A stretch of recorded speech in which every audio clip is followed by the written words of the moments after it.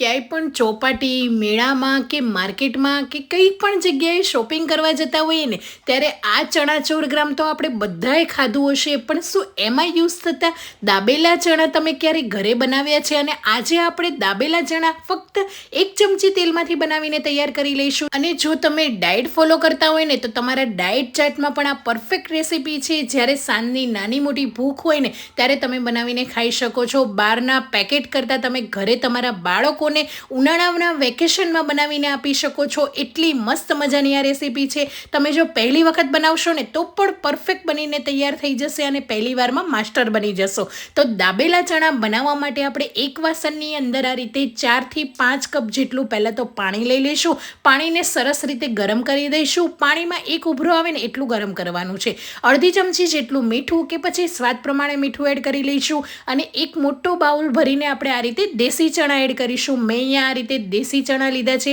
માર્કેટમાં ઇઝીલી તમને મળી જશે. તો આ રીતના ચણા લેવાના છે. ચણાની અંદર નાની મોટી બધી વેરાયટી આવે છે, એટલે આ રીતે તમે દેશી ચણા રેગ્યુલર જે યુઝ કરો છો ને શાકમાં ને એમાં એ જ ચણા આપણે લેવાના છે. કે પાણીપુરીમાં તમે જે મસાલામાં વાપરો છો ને એ જ ચણા બધાના ઘરમાં અવેલેબલ હોય છે. તો આ ચણાને આપણે ગરમ પાણીમાં એડ કરી દઈશું. હવે ઢાંકીને 7 થી 8 કલાક માટે પલાળી દઈશું.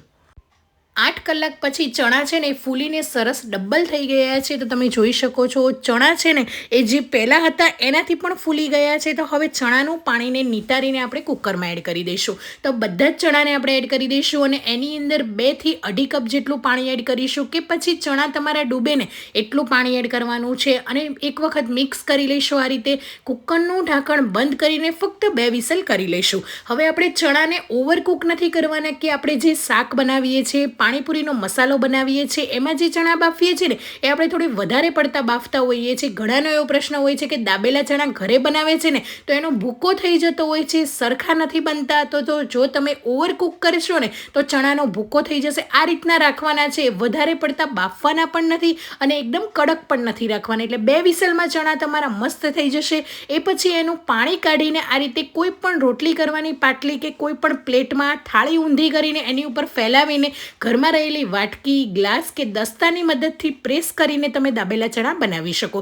એકદમ સરળ છે. 2 થી 3 તમે આ રીતે બનાવશો ને એટલે તમને એકદમ સરસ એવી ફાવટ આવી જશે અને ઘરે તમે ઢગલાબંધ ચણા બનાવીને તૈયાર કરી શકશો. તો તમે જોઈ શકો આ રીતે આખા નીકળશે, જરાય ભૂકો પણ નહીં થાય અને બનાવવા પણ એકદમ સરળ છે. તો આ રીતે મેં બધા જ ચણાને પ્રેસ કરીને સરસ રીતે તૈયાર કરી દીધા છે. તો આ રીતે ઉપરથી વાટકીની મદદથી પ્રેસ કરીશું ને હળવા હાથે પ્રેસ કરીશું તો પણ સરસ રીતે તૈયાર થઈ જશે. તો બધા જ દાબેલા ચણા તૈયાર છે. હવે જ્યારે પણ તમે એને ડીપ ફ્રાય કરો, એર ફ્રાય કરો છો કે 1 ચમચી તેલની અંદર રોસ્ટ કરો છો ને ત્યારે એને પહેલાં ઠંડા કરવાના છે. જો ઠંડા નહીં કરો ને તો પણ ભૂકો થઈ જશે. તો આ રીતે પહેલાં પંખા નીચે 10 થી 15 મિનિટ ઠંડા થવા દઈશું. એ પછી કોઈ પણ નોનસ્ટિક પેન લઈ લઈશું કે કોઈ પણ જાડા તળિયાવાળી પેનની અંદર 1 ચમચી તેલ એડ કરી લઈશું ને જેટલા સમય ને એટલા દાબેલા ચણા આપણે એડ કરી દઈશું.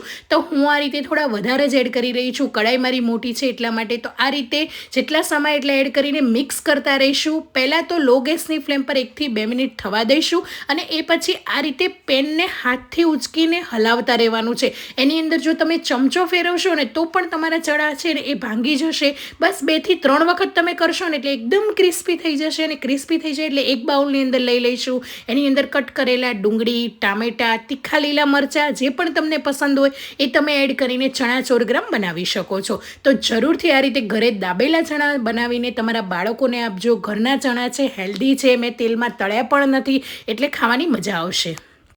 સંચળ, લાલ મરચું પાવડર, પેરી પેરી મસાલા કે ચીઝ મસાલા હોય તો તમે એ પણ એડ કરી શકો છો. એનાથી પણ ફ્લેવર મસ્ત આવશે. અડધા એવા લીંબુનો રસ એડ કરીશું જેનાથી ચટપટો ચણા ગ્રામનો ટેસ્ટ આવશે અને ઉપરથી લીલા સમારેલા ધાણા એડ કરીને મિક્સ કરી લઈશું. તો ઘરે જ બનેલા દાબેલા ચણા અને દાબેલા ચણામાંથી બનતી ચણા ગ્રામ તમને કેવી લાગી એ મને જરૂરથી કમેન્ટ બોક્સમાં જણાવજો. અને જરૂરથી તમે પણ ઘરે તમારા બાળકોને સાંજની નાની મોટી ભૂખ માટે આ રીતે ફક્ત 1 ચમચી તેલની અંદર બનેલી ચણા ગ્રામ જરૂરથી આપજો. ઘરે બનાવી છે એટલે હેલ્ધી પણ છે અને આપણને ખબર છે કે આની અંદર આપણે શું એડ કર્યું છે. એટલે માર્કેટ કરતાં તો સસ્તા પણ છે અને સારા પણ છે. તો તમે પણ જરૂરથી ટ્રાય કરજો. Thank you for watching. મળીએ નવા વિડીયો સાથે.